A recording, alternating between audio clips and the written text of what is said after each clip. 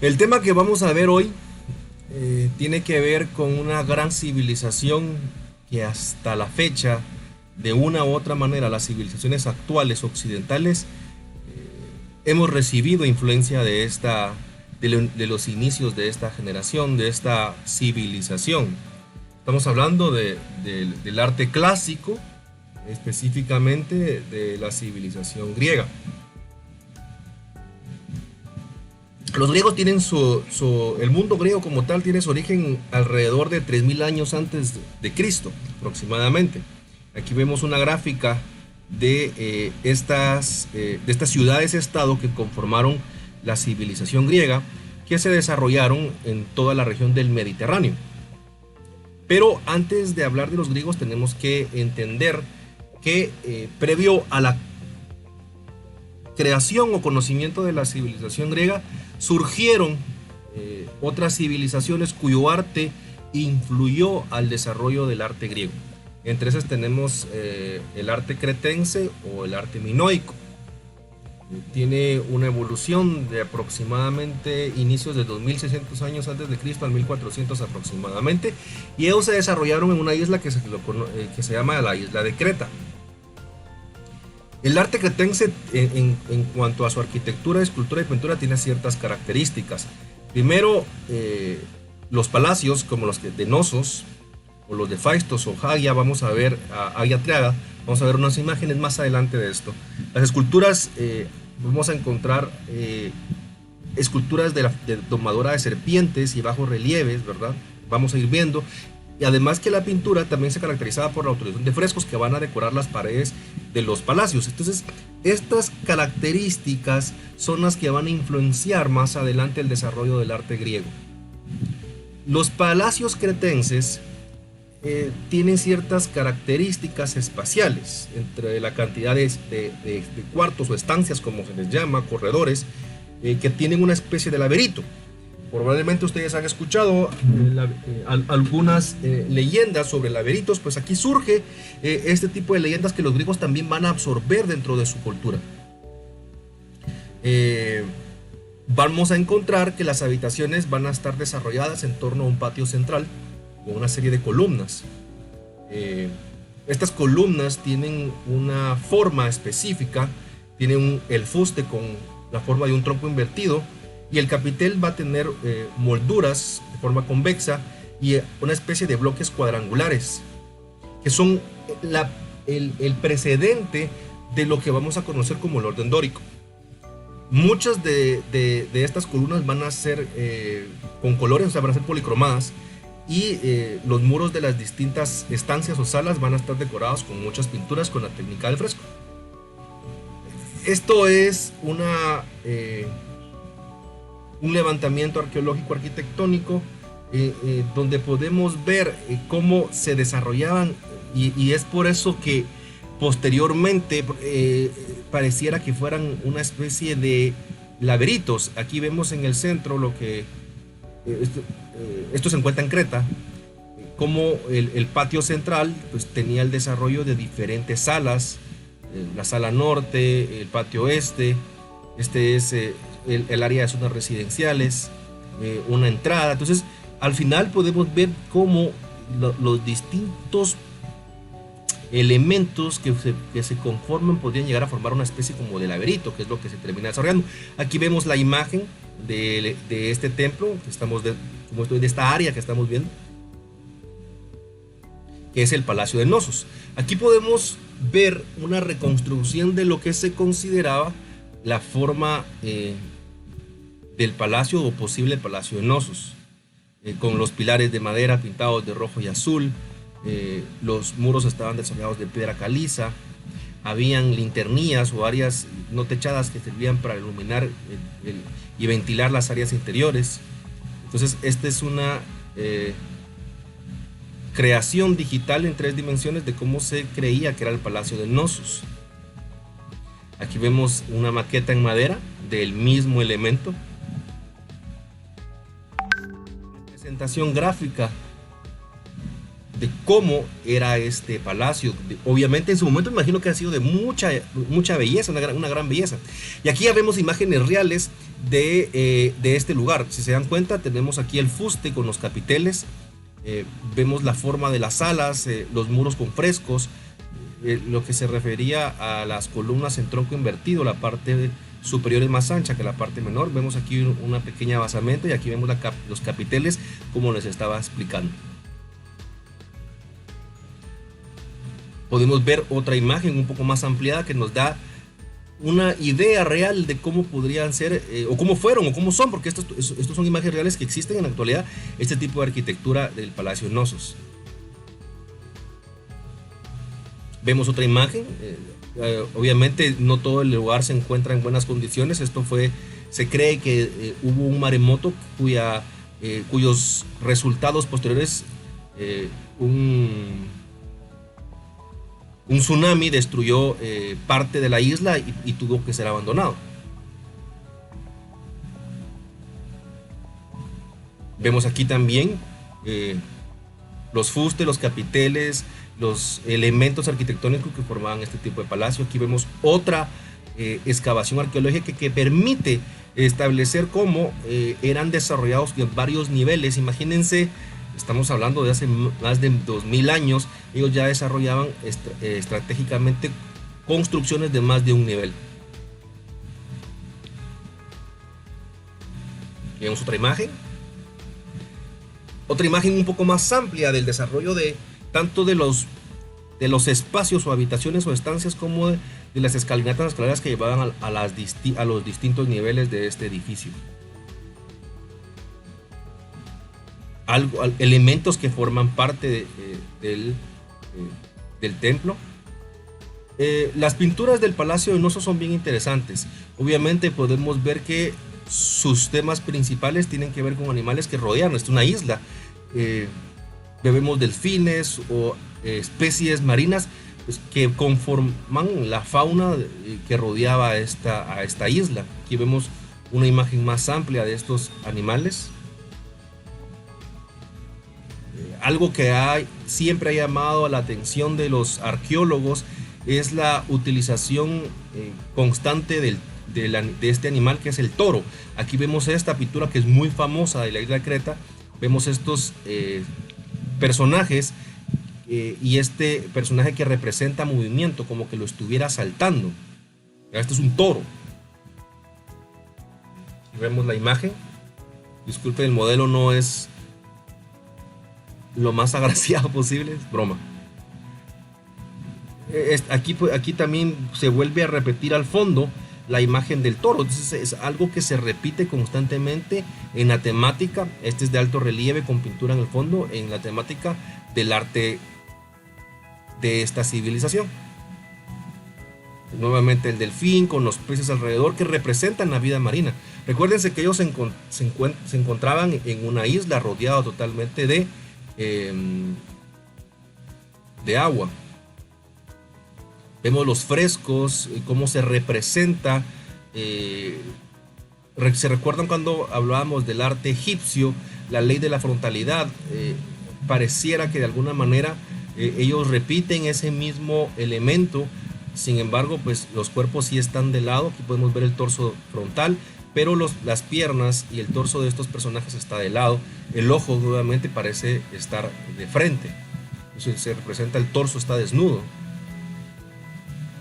Aquí vemos nuevamente a otro personaje cuyas técnicas son variadas, van a depender de dónde fueron encontradas.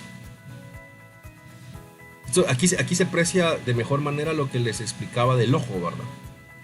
Sin embargo, es interesante ver cómo el desarrollo del cabello, la forma del ropaje, pues es bastante dinámico y pareciera que dentro el pelo también tuviera una especie de adorno o elementos que adornaban el cabello de estos personajes.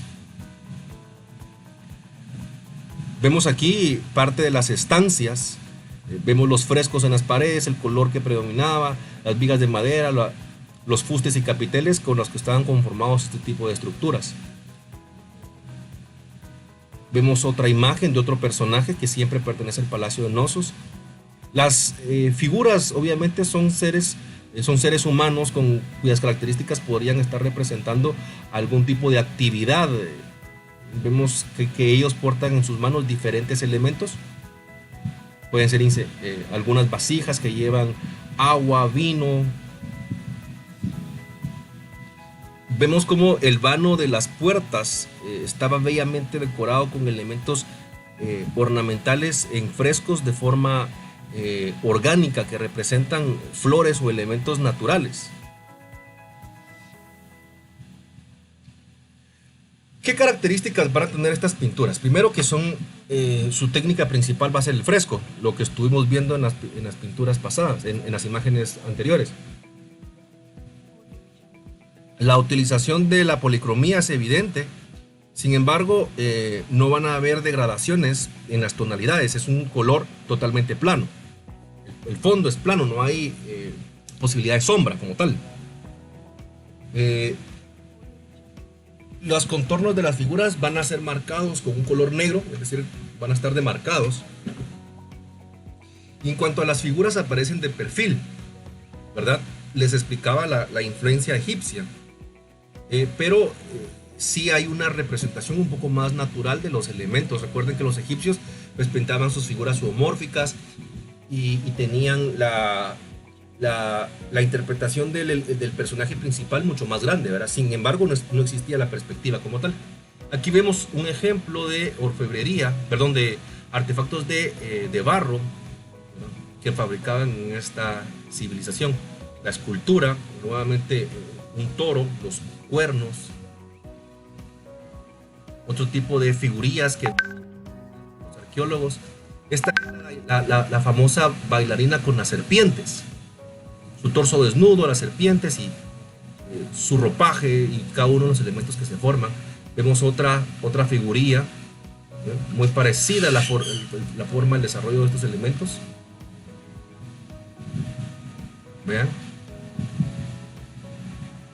Es una figura real, esta es una representación pictográfica.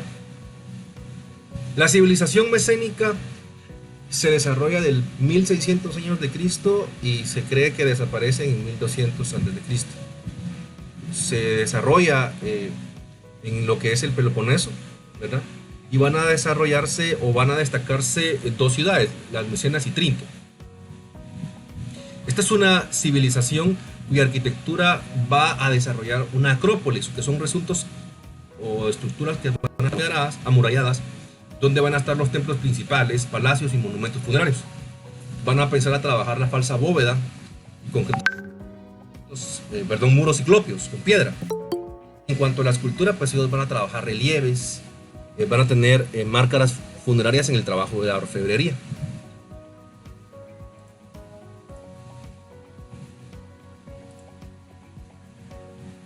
Aquí vemos este tipo de acrópolis que posteriormente pues, es absorbida por los griegos, donde dentro de ciudades amuralladas se van a desarrollar los distintos templos o palacios importantes.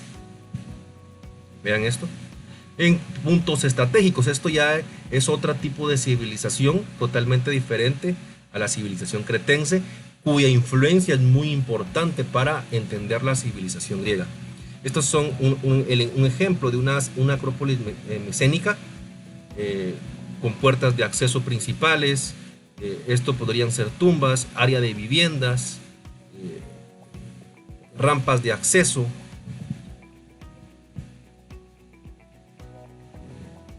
Más viviendas, etcétera. No es muy clara la imagen, pero aquí vemos algo de los elementos arqueológicos que se representan en esta área acá de la acrópolis micénica. Disculpen. Algo que es muy importante en los recintos de la civilización micénica, sobre todo esto, es que se destaca mucho la Puerta de los Leones. En el centro vamos a encontrar el Palacio del Rey o Megarón. Esta es la famosa Puerta de los Leones. Vemos la colocación de las piedras de gran tamaño y obviamente aquí vemos dos esculturas, los dos elementos escultóricos que se representan a los leones, por eso se llama la Puerta de los Leones, y se puede ver con una mejor claridad.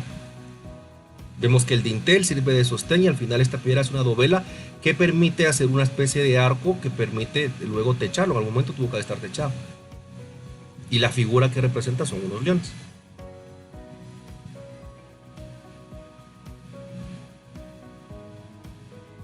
Aquí vemos una imagen un poco más amplia de ese elemento.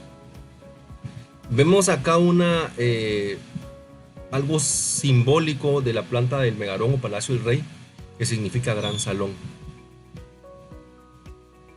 Es una sección de cómo se creía que se desarrollaban los templos, o el Megarón sobre todo, de esta civilización. Un ejemplo perspectivado a color de cómo se creía que estaban conformados los templos. Vemos las vigas, los elementos policromados, las columnas, el piso, las fuentes. Y aquí ya vemos una representación de esos elementos, cómo se creía que era la reconstrucción del algodón. Aquí vemos ya la utilización, digamos, de tímpanos, de arquitectura arquitrabada, de las columnas, de los fustes, capiteles, basamentas y muros que posteriormente van a ser desarrollados por los griegos y sobre todo por los romanos. Vamos a hablar un poco del tesoro, la tumba de Atreo. ¿Qué es esto? Vemos aquí una gráfica en planta y sección de donde se encontró el famoso tesoro de Atreo. Esta es una imagen de lo que actualmente es o forma parte de la galería en donde se encontró ese tesoro. Vemos esta cúpula impresionante. Ahí podemos apreciar cómo fue conformada a través de piedras hasta llegar al punto de la última piedra para poder conformar esta forma. ¿Sí? Vemos una imagen un poco más clara de lo que les estoy hablando. Esto se encuentra dentro de la tierra. Vemos aquí una sección cómo se conformó para poder llegar a tener este elemento, esta forma. Esta es parte del tesoro que se encontró. Son piezas de oro.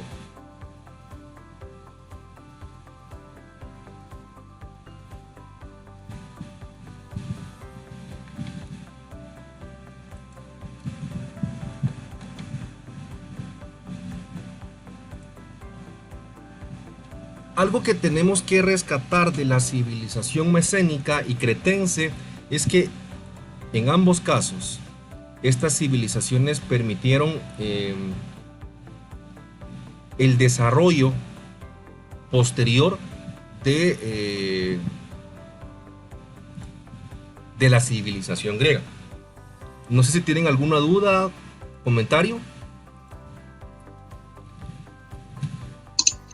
Yo tenía una duda, cuando usted decía de que ellos hacían sus construcciones en puntos estratégicos, o sea, ¿eran puntos estratégicos relacionados a la hora de tener algún ataque o por sus necesidades básicas, agua, alimento, no sé? Recordate que uno de los aspectos importantes en el desarrollo de todas las civilizaciones y que la historia nos ha dejado evidencia es que siempre estaban en constante conflicto. Y entonces la ubicación de estos edificios importantes en puntos estratégicos tenía que ver estaban desarrollados desde el punto de vista militar. Puntos estratégicos altos para poder observar el ingreso y el egreso de cualquier persona, ciudades amuralladas que protegían el interior el contenido importante, porque ahí se desarrollaba todo la vida cotidiana, estaban los palacios, todos aquellos elementos que pertenecían a la Acrópolis, ¿verdad?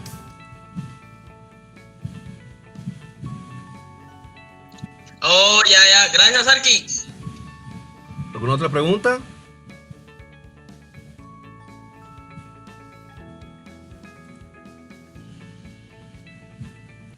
Por el momento no, Arqui, yo tenía la misma duda de Franco.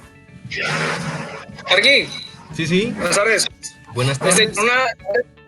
Sí, buenas tardes. Con una duda, yo también estoy observando ahí en todas las imágenes que cómo ellos pueden realizar esas grandes construcciones, segundo, también dejarlas tan delicadas. O sea, veo las columnas que son así bien, o sea, circunferencia, pues, o sea, están bien detallados. Entonces, perdón, tengo ahí. Entonces, Sí, sí. esa es mi duda. Entonces, ¿cómo logran o se tallaban o cuál era el proceso? Eran así tan simétricas. Eso es algo, muy buena pregunta. Realmente lo que con esto lo que te deja es la calidad y excelencia de de estas civilizaciones. El material que utilizaban son materiales de piedra, su técnica es muy depurada. El desarrollo tanto de la utilización de columnas, bovedías, que permitían, y arquitectura arquitrabada que permitía el desarrollo y la construcción de estos elementos es evidente. Al final pues se concluye y se puede palpar perfectamente que la técnica que utilizaban los constructores de estas civilizaciones pues fue desarrollada de una manera muy exitosa, y obviamente cuando vos ves las construcciones pues es el resultado de un proceso técnico que los llevó a desarrollar eso. Ahora, no estuve presente, pues no podemos estar presentes, pero los vestigios arqueológicos demuestran que lo que te estoy diciendo es correcto. Es decir, ellos llegaron a desarrollar una técnica bastante depurada para el proceso de construcción de sus palacios, la utilización de técnicas de colores para poder decorar las edificaciones a través de los materiales como la piedra, esa escultura. Eso sí, tenés que tomar en cuenta que no existían materiales de, ¿cómo se llama? Equipos de trabajo como en la actualidad. Todo esto era hecho a mano. Eso te deja en evidencia la calidad de los constructores de esa época, ¿verdad? Oh, ya, gracias, Arkin. Bueno, voy a colocarles un video que vamos a ver todos juntos. 15 minutos que tiene que ver con la antigua Grecia. Ya está colocado en su WhatsApp. ¿Estamos? ¿Ya lo tienen todos? Igual se los voy a publicar acá en el chat. Y lo es que cada uno me va a desarrollar 5 preguntas y las van a desarrollar en el foro que yo ya voy a estar en el foro de discusión que yo voy a estar colocando para la fecha de hoy. ¿Ok? Arqui, ¿las va a hacer 5 pregunta y respuesta o...? Sí, pregunta y respuesta. Ok.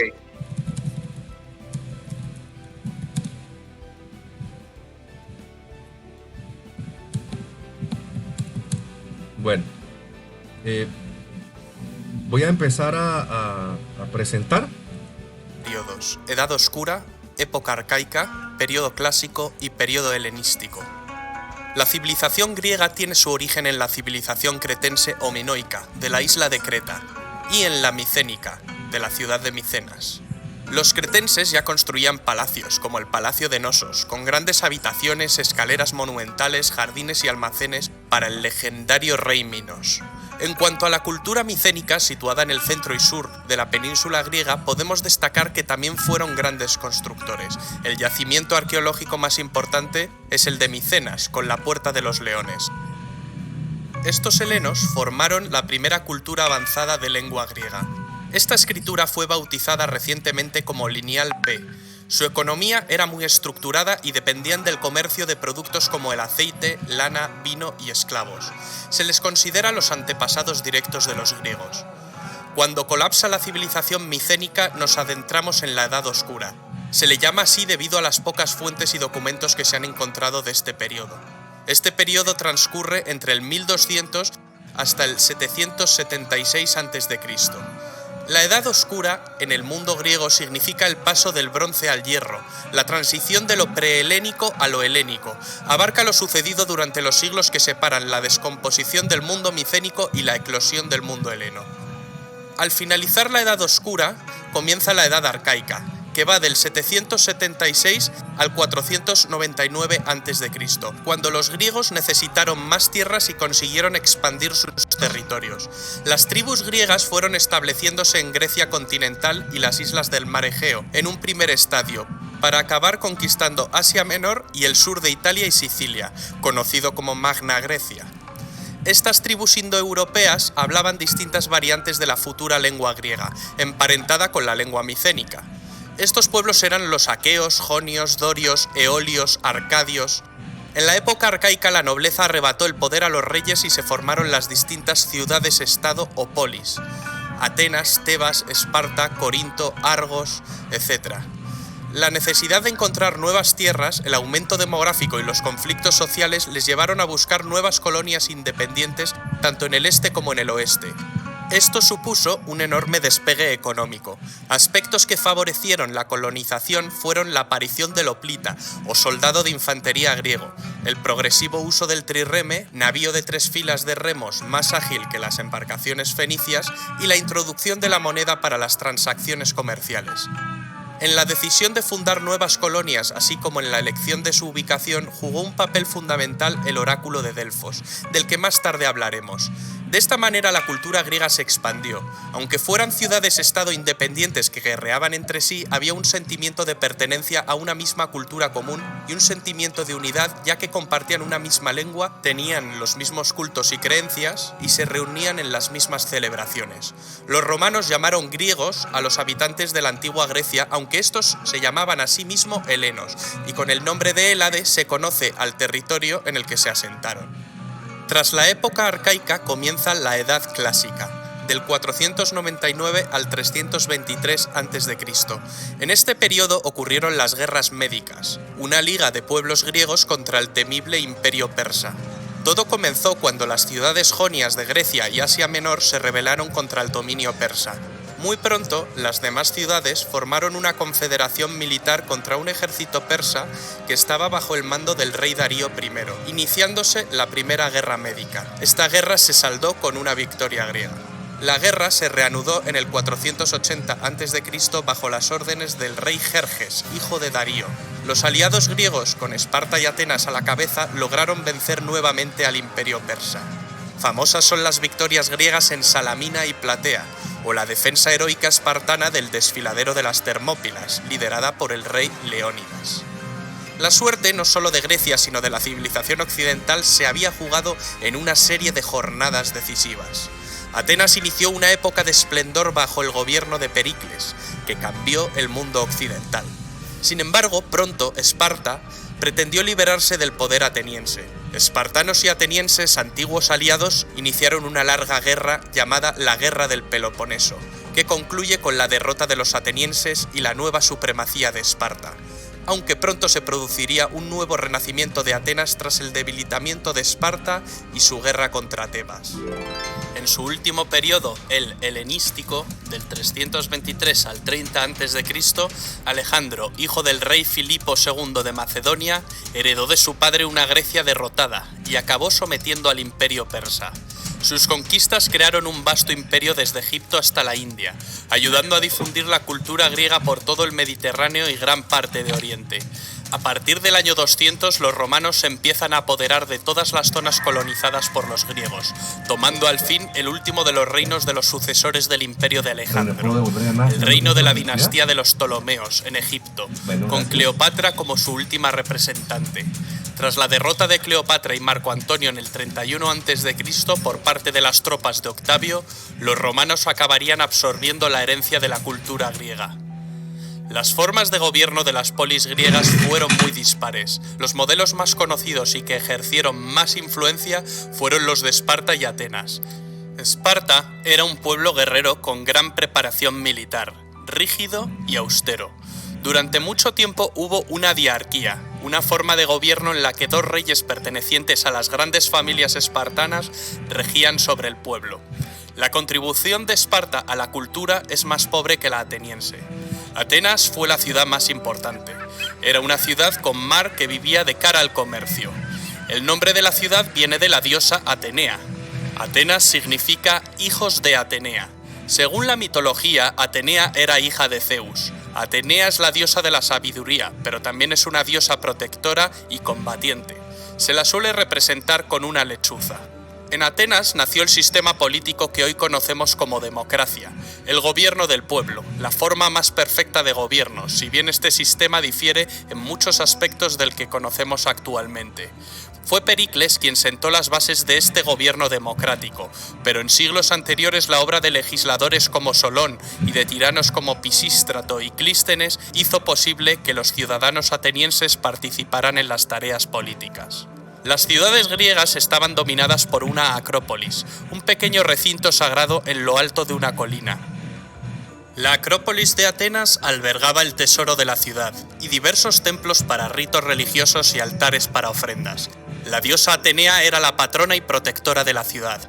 Era honrada en el Partenón. El Partenón de Atenas fue mandado reconstruir por Pericles, pues los persas arrasaron con la antigua Acrópolis en la Segunda Guerra Médica. Fue realizado como agradecimiento de la ciudad a los dioses por su victoria definitiva. Los arquitectos fueron Ictinos y Calícrates, que estuvieron a las órdenes del gran arquitecto y escultor ateniense Fidias, autor de la decoración escultórica y de la gran estatua crisoelefantina de la diosa Atenea Partenos, que cada año era agasajada con ofrendas. Un ejemplo es la procesión panatenaica. Esta procesión atravesaba la ciudad. Comenzaba en el Ágora y ascendía hasta la Acrópolis durante el Festival de las Panateneas, en el que se ofrecía un vestido llamado peplo a Atenea. El Ágora de Atenas era el centro de la actividad política, administrativa, comercial y social. Aparte de las Acrópolis, había otro tipo de recintos sagrados. Estos eran los santuarios. Un santuario era un recinto panhelénico, por lo tanto su financiación, a diferencia de las Acrópolis, dependía de todo el mundo griego. El santuario de Delfos era el más importante del mundo. Estaba dedicado al dios Apolo. En él se hallaba el oráculo. El oráculo de Apolo en Delfos se convirtió en toda una institución en Grecia. Cuando se consultaba, una sacerdotisa llamada Pitonisa entraba en trance y pronunciaba palabras inconexas que un sacerdote daba después coherencia en forma de proverbios.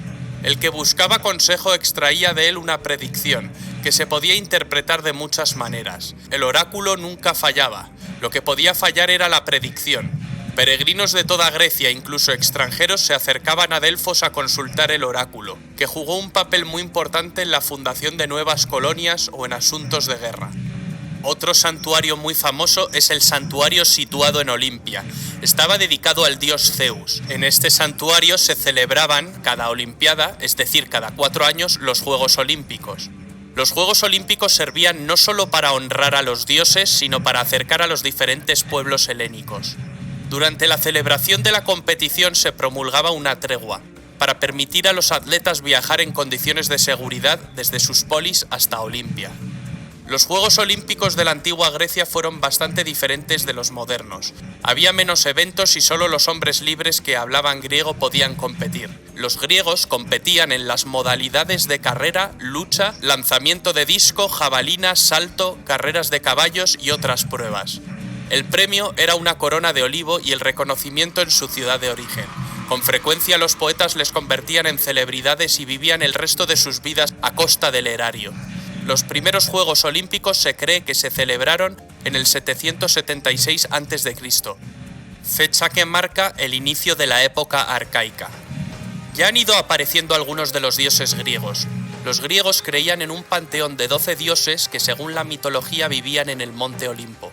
Todo comenzó cuando Urano cometió incesto con su madre Gea, la madre tierra. De este incesto surgieron primero los cíclopes y después los titanes. De los titanes surgen los dioses. Para entender las intrincadas relaciones entre titanes, dioses, hombres, semidioses, etc., os aconsejamos ver el vídeo de mitología griega y romana publicado en este canal. Al final del vídeo encontraréis el enlace. Estas leyendas y mitos son la base fundacional de la cultura griega. Las aventuras de los dioses se narran, entre otras fuentes, en la Teogonía de Hesíodo y en las epopeyas del poeta Homero, la Ilíada y la Odisea. La Ilíada relata la destrucción de Troya. Una confederación de aqueos entre los que se encuentran Ulises y Aquiles parten camino de Troya, pues el príncipe troyano Paris había secuestrado a la bella Helena de Esparta. Durante 10 años los griegos sitiaron la ciudad. Héctor de Troya, hermano de Paris, desencadena la cólera de Aquiles tras matar a su querido amigo Patroclo. Aquiles acaba dando muerte a Héctor. La suerte de la batalla cambió cuando Ulises urde un plan muy eficaz. construir un gran caballo de madera escondiendo a sus mejores guerreros en su interior. Los troyanos, al creer que se trata de una ofrenda, introducen el caballo dentro de sus murallas. Gran error. Finalmente Troya cae. En la Odisea, Ulises, también conocido como Odiseo, tras batallar en la guerra de Troya, regresa a Ítaca, su casa. En la Odisea se narra un duro camino de vuelta lleno de peligrosas aventuras. La fecha de composición de la Ilíada y la Odisea es controvertida. La opinión mayoritaria la sitúa en la segunda mitad del siglo VIII a.C. Hay incluso quien discute su autoría. Incluso se pensó que Troya nunca existió hasta su descubrimiento en el siglo XIX por Heinrich Schliemann. Los sucesos acaecidos en Troya, sin embargo, se remontan mucho antes que Homero. Se remontan al principio de la Edad Oscura. Parece pues que los poemas homéricos son el producto de una tradición oral, transmitida a través de generaciones. Con la legendaria Troya comienza pues la historia de Grecia. Los griegos también produjeron grandes obras de teatro, donde se construía todo un mundo artificial para representar la vida humana. Esquilo, Sófocles, Eurípides crearon grandes tragedias. Estos autores son de la época clásica, la época de la antigua Grecia más esplendorosa. Se representaban en el teatro. El teatro griego se originó en un espacio circular al aire libre llamado orquesta, en el que se ejecutaban una gran variedad de actividades, desde espectáculos artísticos, danzas, recitados y piezas musicales, hasta eventos cívicos y religiosos. Los teatros griegos se apoyaban en una pendiente para construir el graderío. A los antiguos griegos también se les considera los precursores del pensamiento occidental actual, un modo de pensar que utilizaba razones y argumentos y que valoraba la lógica y la razón como la más valiosa posesión. Para entender la filosofía griega hay que conocer la filosofía de tres figuras que han determinado el pensamiento occidental hasta nuestros días: Sócrates, Platón y Aristóteles. Sócrates vivió toda la época de Pericles. A los discípulos anteriores a él se les denomina presocráticos, como el matemático Pitágoras. El discípulo de Sócrates fue Platón, y el discípulo de Platón fue Aristóteles. Aristóteles asistió al ascenso de Macedonia y fue el preceptor de Alejandro Magno. La armonía de las proporciones y la representación de la figura humana fueron los elementos centrales en el arte helénico. Para estudiar el arte griego es importante distinguir entre época arcaica, clásica y helenística. Los edificios más destacables son los templos religiosos como el Partenón, que se ajustaban a determinadas proporciones. Podían ser de uno de los tres estilos u órdenes principales: dórico, jónico o corintio. La escultura es otro ejemplo de belleza y proporciones. Sus autores más importantes fueron Fidias, autor de la obra escultórica del Partenón; Praxíteles, autor del Hermes de Olimpia, con su famosa curva praxiteliana; Mirón, autor del famoso Discóbolo; y Policleto, quien también escribió un tratado llamado Canon, y es autor del Doríforo, su escultura más destacada. Aunque en el arte griego no hay muchas muestras de pintura, sí hay muestras de cerámica, donde se reflejaban las epopeyas literarias y su vida cotidiana.